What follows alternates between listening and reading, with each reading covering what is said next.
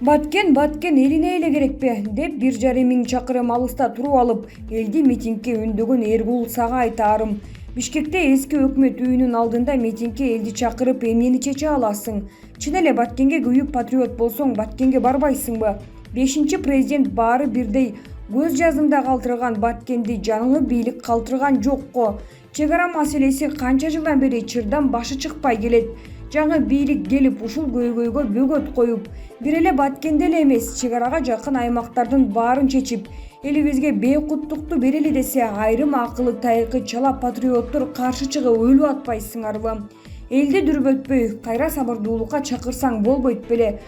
Ошончо эле элге күйүп жатсаң, Баткенге барып азабын тартып жаткан жергиликтүү элдин духун көтөрбөйсүңбү? Жок, кандай кылыш колуңдан келбейт садагы оюнум. Себеби кур намыс үчүн кыйкырган чожо короосуң сен. Урматтуу Баткендик боордошторум, сабырдуу болгула, духуңарды түшүрбөгүлө. Аллахым буйруса бул көйгөйдөн кутулууга аз калды жана бийликти колдоп кубаттап турсак эле биздин пользабызга чечилет. Провокацияга алдырбагыла, жогору жактагы жетекчилерибиз тез күндө турукташтырат деп ишенем. Аллахым сиздерге чын ден соолук, күч кубат берсин. Бекжанов Исмат. Жергиликтүү тургун Рахмон Воорукка келгенде өзүңөр чечкиле деп команда берип кеткен. Тажикстандын президенти Эмомали Рахмон Воорукка келгенде элге өзүңөр чечкиле деп команда берип кеткен. Мындай пикирин Көкташ айылынын тургуну билдирди. Анын айтымында чатактын артында тажик президенти турат. Биз ушул жерде жашайбыз, баарын билебиз. Өткөндө Рахмон Воорукка келип кеткен. Ошондо бул элге өзүңөр чечип алгыла деп команда берип кеткен. Ошон үчүн токтошпой жатат. Ошон үчүн атайын чагымчылдыкка алып барып согуш башталды. 2013 да ушундай болгон. Булардын бир эле максаты суунун башы головной менен көк ташты алыш керек деди жергиликтүү тургун. Булак медиа центр чегиткейи. Тажикстанда Эмомали Рахмандын отставкасын талап кылгандар күч алды. Ислох сайтынын башчысы Мухаммед Коболе Садриттин баштап берген бул эстафетаны оңдогон жөнөкөй тажикстандыктар колдоого алып, бийликке карата өздөрүнүн ачык кебин ачуу сөзүн айта баштады. Тажикстандын бардык област шаарларынан активисттер чыгып, Эмомали Рахманга импичмент жарыялайбыз деген видео тартып, бири-бирине эстафета кылышууда. Эстафеталык видео кайрылууларды Ислох сайты жалпыга жар салууда. Видео кайрылууда Эмомали Рахман 28 жылдан бери кландык башкаруусун күчөтүп, тууган уругу, бала чакасы менен тажик улутун, тажик мамлекетин жок кыла турган болду.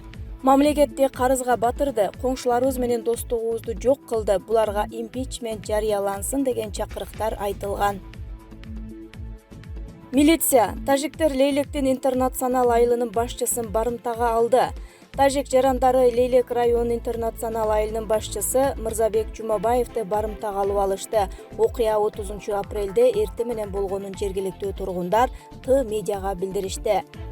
Алардын айтымында айыл тургундары кече-кечинде үйлөрүн таштап качып чыгып кетишкен. Тажиктер 2 үйдү басып алды жана бир нечесин өрттөп жиберишти. 2 киши өлтүрүлдү. Бүгүн эртең менен айыл башчы каза болгондордун сөөгүн алып кетүүгө барган учурда тажиктер аны кармап алып кирип кетишкен дешти алар. Маалыматты Кулунда айыл өкмөтүнүн башчысы менен Баткендин милициясы да тастыктады. Областык ички иштер башкармалыгынын басма сөз катчысы Дамира Юсупова билдиргендей, Лейлек районунун Жаңы Жер айыл аймагынын Борбордук айылында Тажикстандын аскер кызматкерлерине тиешелүү болгон аскер техникалары айылды аралап жүрөт. Интернационал айылынын кыргыз жарандарына тиешелүү болгон жилой дом участкасындагы турак үйлөргө Тажикстандын аскер кызматкерлери кирип алган. Ошол участкага жакын аймакта кыргыз жарандарынын 2 каза болгондугун тактоо максатында Мырзабек Жумабаев барган учурда тажик жарандары аны барымтага алышкан. Бул фактыны Лейлек райондук ички иштер бөлүмү кылмыштар жана жоруктардын рейистерине жазык кодексинин 380-беренеси менен каттап, сотко чейинки өндүрүш иши башталган. Баткен 11 айыл 5 тозот жабыркап, 1 айыл толук өрттөндү. Соңку маалыматка караганда айрым айылдар толук өрттөлдү. Май куюучу жайлар, дүкөндөр тонолуп, талкаланды. Кеминде 5 чек ара тозоту жабыркады. Баткен районунун Кызыл Бел, Достук, Көкташ, Үчтөбө, Көктерек жана Аксай айылдары жабыркады. Булардын ичинен Көктерек айылы толук жабыркап, бардык 17 үй күйүп кетти. Лейлек районунда Борбордук арка, интернационал, жаштык, Максат айылдары жабыркады. Максат жана арка айылдары көбүрөөк талкаланды. Борбордук айылындагы май куюучу 27 бекет толук өрттөлдү. Дүкөндөр тонолду. Чек ара тосотторунун 5-өөнө ок тийип өрт чыккан. Областтык милиция ок атышуу токтогонун айтты. Бейрасмий маалыматка караганда айрым жерлерде ок атылып жатканы угулууда. 28 апрелде кыргыз-тажик чек арасында чыр чыгып, 29 апрелде да уланган. Баткен жана Лейлек райондорунда атышуу болуп, үйлөр жана имараттар өрттөлдү. Соңку маалыматка караганда кыргыз тараптан 134 адам жараат алды, алардын 13-ü каза болду.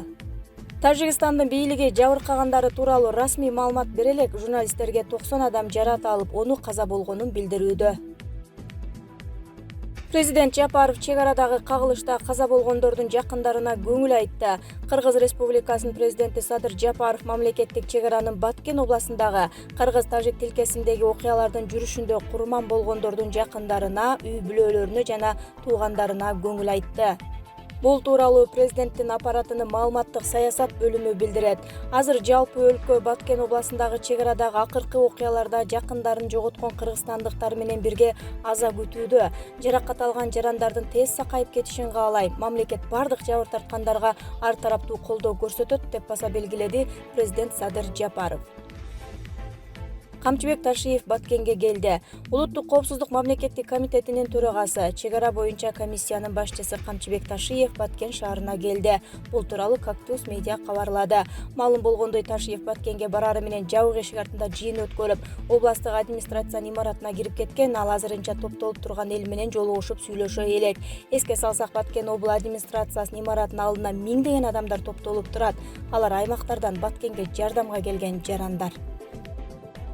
Чек арадагы ок атышуу боюнча эл өкүлдөрү эмне дейт?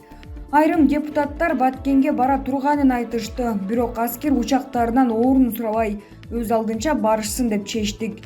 Бул тууралуу депутат Жанар Акаев Фейсбуктагы баракчасына жазып чыкты. Парламент жабык жыйынга чогулдук. Күч органдары азыркы кырдаалды жана мындан аркы кадамдардын кандай болоору тууралуу купуя маалымат менен бөлүштү. ИИМ министрин жана УКМК чек ара кызматынын жетекчи орун басарларын жыйында кармап олтурбастан маалыматын угуп дароо кое бердик. Азыр ар бир мүнөт маанилүү. Айрым депутаттар Баткенге бара турганын айтышты. Бирок аскер учактарынан орун сурабай, өз алдынча барышсын деп чечтик. Ошондой эле депутаттар, саясатчылар окуяны ырбатпай, жергиликтүү бийликке жолтоо болбой, мындай учурда мамлекеттүүлүк үчүн бир муштумдай биригип аракет кылалы деп сүйлөштүк. Чагымчылдыктан алыс болуп, кол кабыш гана кылалы деп жазды ал. Ал эми дагы бир эл өкүлү Дастан Бекешев коңшулар менен болгон чыр-чатак тынчтык жолу менен гана чечилиши керек дейт. Парламент чек арадагы кырдаал боюнча жабык жыйын өткөрдү.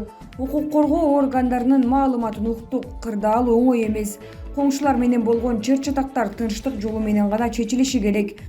Миңдеген жылдар бою жанаша жашап, урушуп, бирок ар дайым элдешип келе жатабыз. Эң башкысы жек көрүүчүлүктү козутпоо, бири-бирин чыр-чатакта түртпөө жана өз өлкөңүздө чоңалууну жаратпоо керек. Саясатты кийинчерээкке таштап, бардыгы биригиши керек.